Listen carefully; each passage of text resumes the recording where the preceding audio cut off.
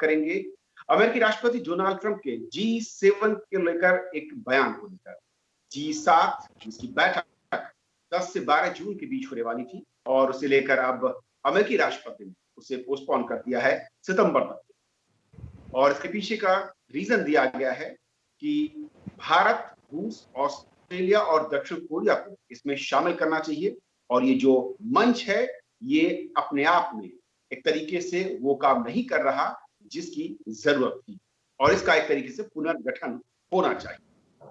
अंतर्राष्ट्रीय मंच पर सबसे महत्वपूर्ण अगर कुछ इंटरनेशनल जो फोरम है उसमें से G7 अहम माना जाता है और ऐसे में राष्ट्रपति डोनाल्ड ट्रंप का ये बयान क्या मायने रखता है, क्या इशारा कर रहा है। और यहां पर भारत को शामिल करने को लेकर जो उन्होंने बात कही है, भारत की दावेदारी और वहां पर शामिल होने का रास्ता क्या हो सकता है और इसका इम्पैक्ट कहां पर किस तरीके से नजर आएगा अगर ये सपना साकार होता है। हमारे साथ 3 बेहद खास मेहमान हैं जिनके जरिए समझेंगे G7 को, अमेरिकी राष्ट्रपति डोनाल्ड ट्रंप के बयान को और उसके भविष्य को। हमारे साथ अशोक सज्जनहार जी हैं, पूर्व राजदूत, सर बहुत बहुत स्वागत आपका। हमारे साथ Jayant Das Gupta sir, former minister WTO, sir स्वागत है। और हर्ष वी पंत हैं जो कि प्रोफेसर हैं और ORF में स्ट्रेटेजिक मामलों को देखते हैं, सर बहुत बहुत स्वागत आपका। शुरुआत में अशोक सर आपसे करना चाहूंगा, G7 अपने आप में कहूं कि उन चुनिंदा फोरम्स में से एक, लेकिन जिस तरीके से अमेरिकी राष्ट्रपति ने इसे सितंबर तक के लिए पोस्टपोन किया है और जो रीजन दिया है, इसे आप कैसे देखते हैं? देखिए, आपके उत्तर देने से पहले, आपके प्रश्न का उत्तर देने से पहले कविंद जी, अगर मैं 2 शब्द कहूं, जो G7 की शुरुआत कब हुई, कैसे हुई और उसका अब क्या अस्तित्व है और क्या महत्व है, तो 1975 में करीब 40-45 साल हो गए हैं इसको शुरुआत किए हुए। इसमें पहले 5 देश शामिल थे, फिर 6 हुए, फिर 7 हुए।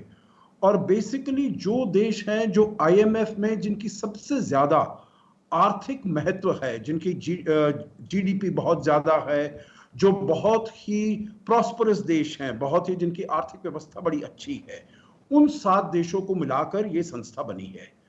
1998 में इसमें रूस को भी सम्मिलित कर लिया गया था। हालांकि रूस की जो आर्थिक व्यवस्था है वो इतनी बड़ी नहीं है, रूस काफी कम, छोटी उसकी GDP है टोटल, परंतु फिर भी उसका राजनीतिक महत्व देखते हुए रूस को भी इसमें सम्मिलित कर लिया गया था। परंतु ये करीब 2014 तक चला और 2014 में क्योंकि रूस ने क्राइमिया को अपने साथ मिला लिया था तो रूस को यहां से निकाल दिया गया। तो इसमें अभी 7 देश हैं। अब हमको मालूम है जब 2008 में अंतर्राष्ट्रीय वित्तीय प्रॉब्लम हुआ, इंटरनेशनल इकोनॉमिक और फाइनेंशियल क्राइसिस हुआ, तो तब G8 को लेकर, उस समय G8 था तो उसको G20 कर दिया गया, जहां पर कि जो भी आर्थिक ऐसे मसले थे उन सबको वहां पर डिस्कस करते हैं।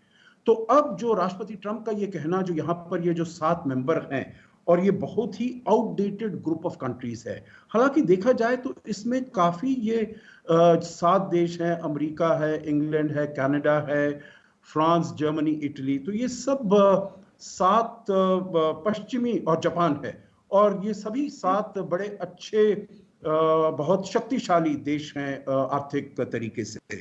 करीब ग्लोबल वेल्थ को अगर देखा जाए तो ये 58% रिप्रेजेंट करते हैं, और अगर GDP को देखा जाए तो ये करीब 46% रिप्रेजेंट करते हैं, तो काफी अच्छी मात्रा में है। तो जो राष्ट्रपति ट्रंप कह रहे हैं, जो अभी जो इनकी इसका जो कॉम्पोजिशन है, ये बहुत ही आउटडेटेड ग्रुप ऑफ कंट्रीज है। उन्होंने कहा है this is a very outdated group, मतलब आजकल के जो हालात हैं उसके सामने रखते हुए तो इसका जो कॉम्पोजिशन है वो ठीक नहीं है, इसको और बढ़ाना चाहिए। और इसमें उन्होंने 4 देशों का जिक्र किया है, एक है भारत, दूसरा ऑस्ट्रेलिया, तीसरा दक्षिण कोरिया और चौथा रूस।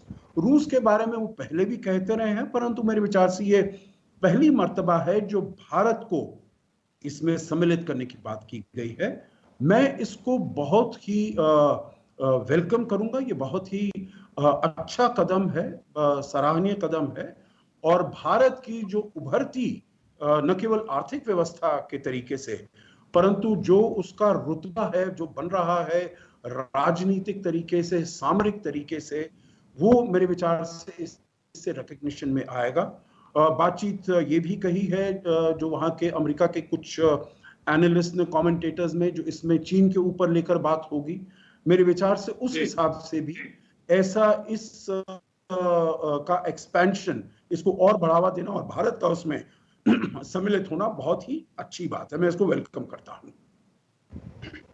जैन सर, जब राष्ट्रपति ट्रंप बोलते हैं तो कहा जाता है कि उस बयान के कई सारे आयाम और अलग अलग उसका लेवल होता है। G7 को लेकर जिस तरीके से एक तो उसको पोस्टपोन करना और जो रीजन देना, क्या मौजूदा जो परिदृश्य में चीन के साथ जिस तरीके के रिश्ते होते जा रहे हैं, क्या उससे भी जोड़कर देखा जा सकता है, या फिर महज उसके पुनर्गठन की बात सिर्फ इसलिए है कि शायद ट्रंप साहब को लगता है कि ये वो रोल अदा नहीं कर पाया जो शायद कोरोना महामारी के संकट के तौर पर इस ग्रुप को करना चाहिए? आपने ये एक बहुत अहम प्रश्न पूछा है। इस संदर्भ में मैं एक बात पर, बीते दिनों की बात है, G8 के बनने के बाद 5 देशों को इसमें आमंत्रित किया गया था, जो G8+5 के नाम से जाना जाता था। G8 कोर ग्रुप था, लेकिन ये देश भी अपने अपने विचार उसमें प्रकट करते थे। इसमें भारत था, साउथ अफ्रीका, चीन था, मेक्सिको था, और एक और देश था, मैं नाम भूल रहा हूँ। तो G8+5 भी कुछ दिनों तक चला। उसके बाद आर्थिक संकट के बाद, 2008 के आर्थिक संकट के बाद G20 आ गया, जिसमें चीन, Saudi Arabia, Indonesia, south Korea सभी देश हैं। तो ये जो आपका G7 है, ये बेसिक, या G8 जो था USSR के कोलैप्स के बाद जो बना, तो ये कह सकते हैं कि जो पश्चिमी देश हैं उनका जो विचार है, जो अपने पॉलिटिकल सिस्टम के बारे में, डेमोक्रेसी के बारे में, ह्यूमन राइट्स के बारे में और अन्य बातें भी इसमें थी, foreign affairs, trade, health, energy, environment, सारी बातें इसमें सम्मिलित थी। तो ये कहा जा सकता है कि G8 जो था वो वेस्ट के व्यूज़ को एक्सप्रेस करने का एक फोरम था, और G20 ने इसको फिर सब्स्टिट्यूट कर दिया। अब बात हो रही है कि G20 को तो डिसॉल्व किया नहीं जा रहा है, और G7 में रशिया की बात भी की है प्रेसिडेंट ट्रंप जी ने, और बाकी भारत, ऑस्ट्रेलिया और साउथ कोरिया को जोड़ने की बात हो रही है। तो इसमें ऐसा प्रकट हो रहा है कि चीन को के खिलाफ ये एक फोरम बनाने की फिर से जो मजबूत रूप से बन सके। और प्रेसिडेंट ट्रंप के बयान में एक वाक्य उन्होंने ऐसा कहा था कि ये सब देश मिलकर विचार करेंगे, सोच विचार करेंगे कि चीन की प्रगति के बारे में और उसके संदर्भ में हम क्या कदम उठा सकते हैं। इस तरह का उन्होंने कुछ संकेत दिया है। तो इसमें प्रेसिडेंट ट्रंप की जो भी मंशा हो, लेकिन ये स्पष्ट है कि जो आज विश्व का सबसे बड़ा दूसरा अर्थव्यवस्था है, उसके बिना कोई भी फैसला करना शायद संभव नहीं हो पाएगा शेष विश्व के लिए। और दूसरी बात है, G20 अभी भी बरकरार है, तो इसमें एक रीअसर्शन ऑफ US डोमिनेंस की बात है जो झलकती है मेरे विचार से।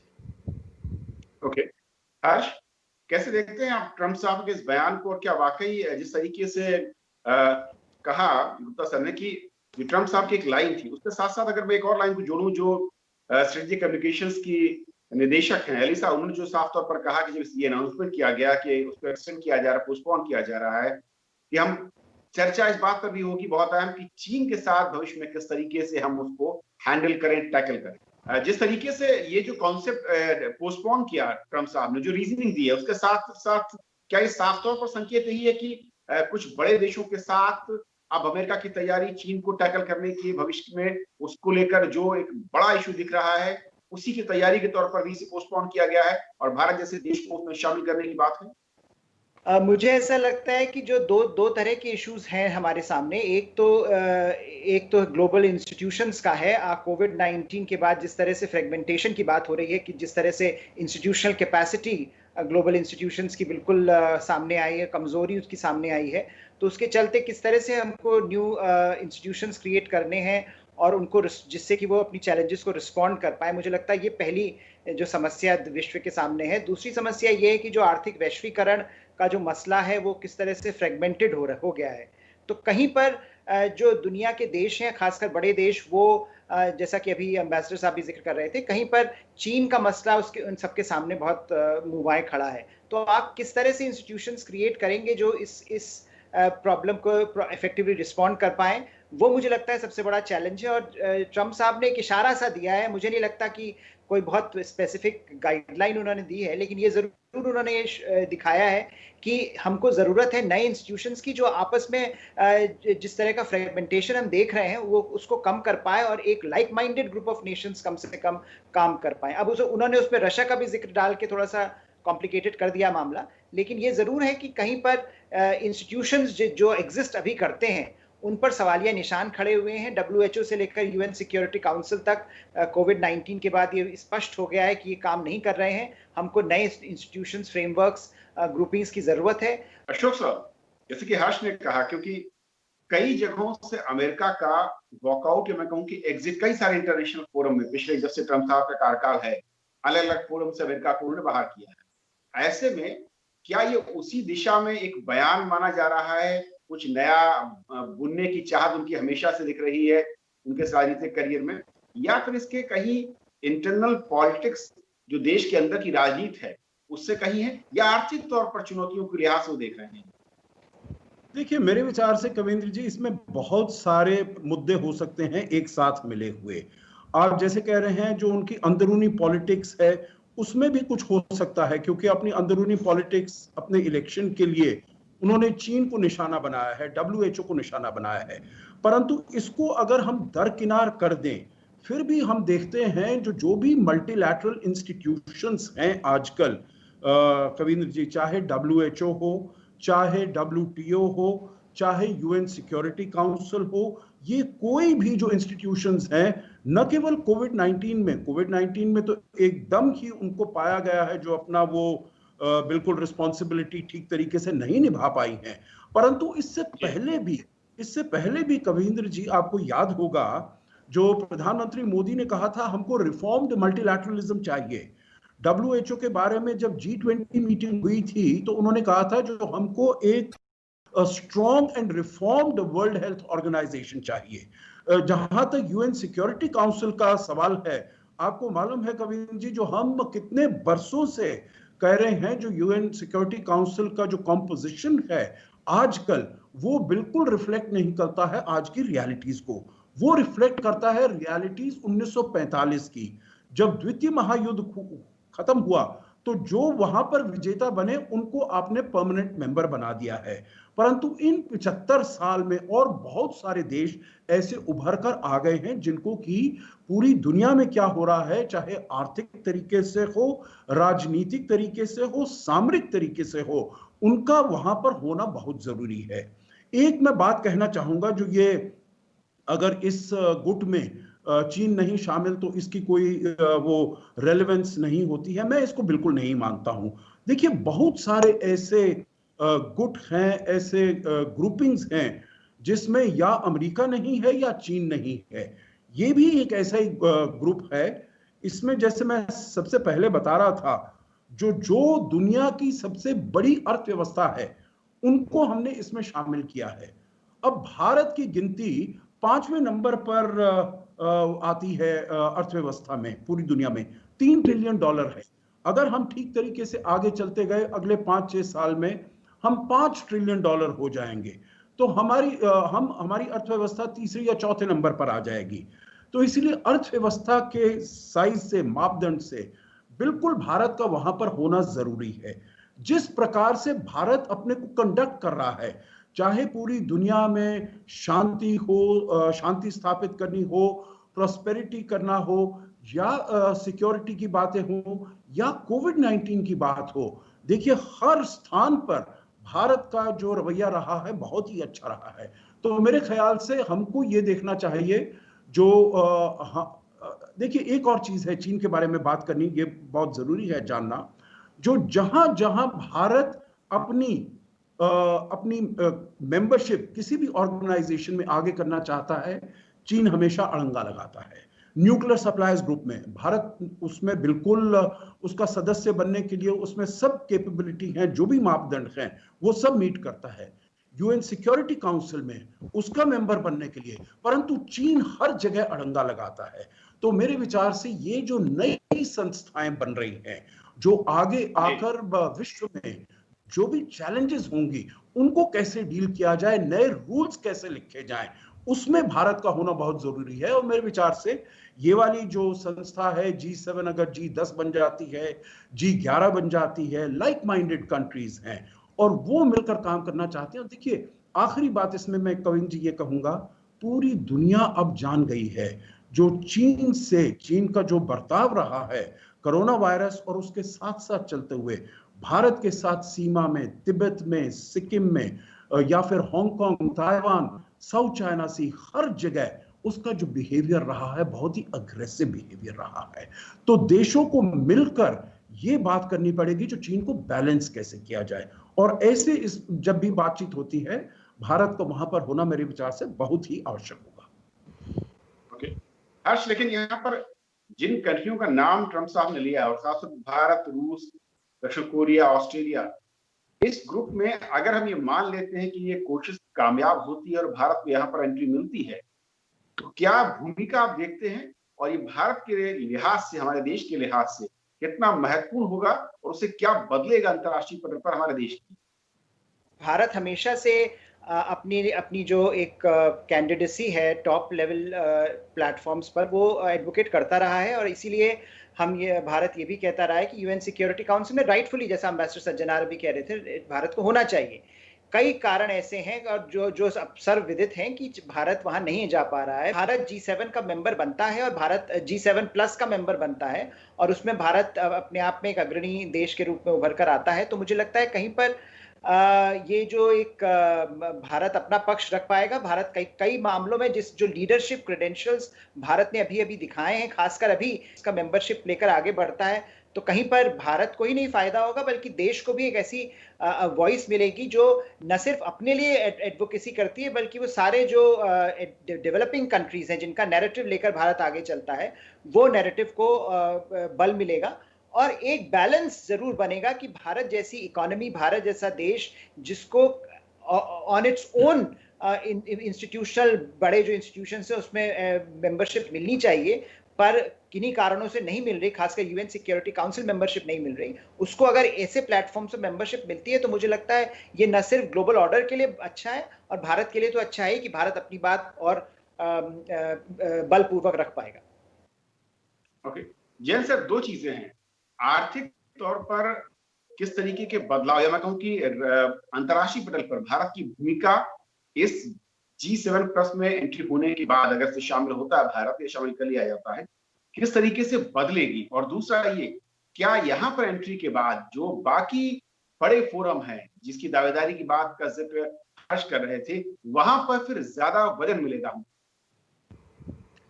सबसे पहले आर्थिक व्यवस्था की बात मैं करूं, कोरोना के पेंडेमिक के बाद जो बदलाव आ रहे हैं उसमें सबसे महत्वपूर्ण मुद्दा यह है कि सभी देशों को क्वांटिटेटिव ईजिंग कहिए या एक बहुत बड़ा रिलीफ का पैकेज अनाउंस करना पड़ा है। उसमें सबसे आगे यूएस है, जापान ने भी किया है, यूरोपियन देशों ने भी किया है, चीन ने भी कुछ किया है, लेकिन उसकी पूरी सूचना हमें मिल नहीं रही है। चीन का जो फॉरेन एक्सचेंज रिजर्व्स है वो $3.8 ट्रिलियन के करीब है। अगर उसका वो प्रयोग करता है, और जैसे कई देशों ने, जर्मनी ने किया है, भारत ने भी फॉरेन डायरेक्ट इन्वेस्टमेंट चीन से जो आ रहा है उससे एग्रेसिव टेक ओवर को जिससे रोका जा सके, और यूएस ने भी इस तरह के कदम उठाए हैं, तो ये एक बड़ी समस्या आएगी कि शेष विश्व जो है चीन के अलावा वो इस पेंडेमिक से जूझ रहा है, इसमें तकलीफ में है, आर्थिक जो परेशानियां हैं उनके लिए राजकोष से काफ़ी व्यय करना पड़ेगा। और चीन इसका अगर फ़ायदा उठाकर कुछ ऐसे कदम लेता है जो आने वाले वर्षों में हम सब देशों के हित के विपरीत जाता है, तो इसे रोकना पड़ेगा। तो इसके लिए एक कोऑर्डिनेटेड स्ट्रैटेजी की ज़रूरत है। जैसे हमने अभी 4-5 देशों का नाम लिया, उन्होंने अलग अलग कदम उठाए हैं, लेकिन ये अगर कोऑर्डिनेटेड तरीके से हो तो शायद ज़्यादा कारगर होगा और एक संदेश भी जाएगा चीन को कि ये स्वीकार्य नहीं है। जहाँ तक दूसरे फोरम में प्रवेश की बात है या सदस्यता प्राप्त करने की बात है, खासकर यूएन सिक्योरिटी काउंसिल की बात है या न्यूक्लियर सप्लायर्स ग्रुप की बात है, उनका जो संविधान है उसके हिसाब से चीन को अभी भी वीटो पावर है। और अगर वो आपके अपनी वीटो को विड्रॉ नहीं करता है जब तक वर्तमान की व्यवस्था के अनुसार, तो आप उसमें सदस्य नहीं बन पाएंगे। लेकिन एक और बिंदु की ओर मैं आपका ध्यान आकृष्ट करना चाहूँगा। एक क्वाड की बात इधर के हाल के वर्षों में काफ़ी होती रही है, जिसमें इंडो पैसिफिक के संदर्भ में, जिसमें यूएस, जापान, ऑस्ट्रेलिया और भारत शामिल हैं। हमने इसमें जॉइंट एक्सरसाइजेज किए हैं अपने नौसेना का, यूएस के साथ अपने ग्राउंड फोर्सेस का भी किया है, एयरफोर्स की भी बात चल रही है। तो इस तरह का एक डिफेंस का भी इसका एक पहलू है जो शायद बाद में कभी ज़्यादा प्रकट होकर आएगा। लेकिन अभी क्वाड में से आप देखेंगे ऑस्ट्रेलिया को, जो कि उतनी बड़ी वित्तीय व्यवस्था नहीं है, ऑस्ट्रेलिया को भी शामिल करने की बात ट्रम्प साहब ने कही है। तो इसमें यह लगता है कि जो क्वाड की बात है इंडो पैसिफिक में, जो एक बेसिकली एक मिलिट्री या डिफेंस स्ट्रैटेजी ओरिएंटेड फोरम है, उसको भी जोड़ने की बात हो रही है। और कोरिया को बराबर भय रहता है नॉर्थ कोरिया से, और उसके पीछे ये भी भय रहता है कि चीन नॉर्थ कोरिया का समर्थन करेगा। तो साउथ कोरिया को एक अपने तरीके से साउथ कोरिया भी एक बहुत ही महत्वपूर्ण भूमिका अदा करता है आज की दुनिया में।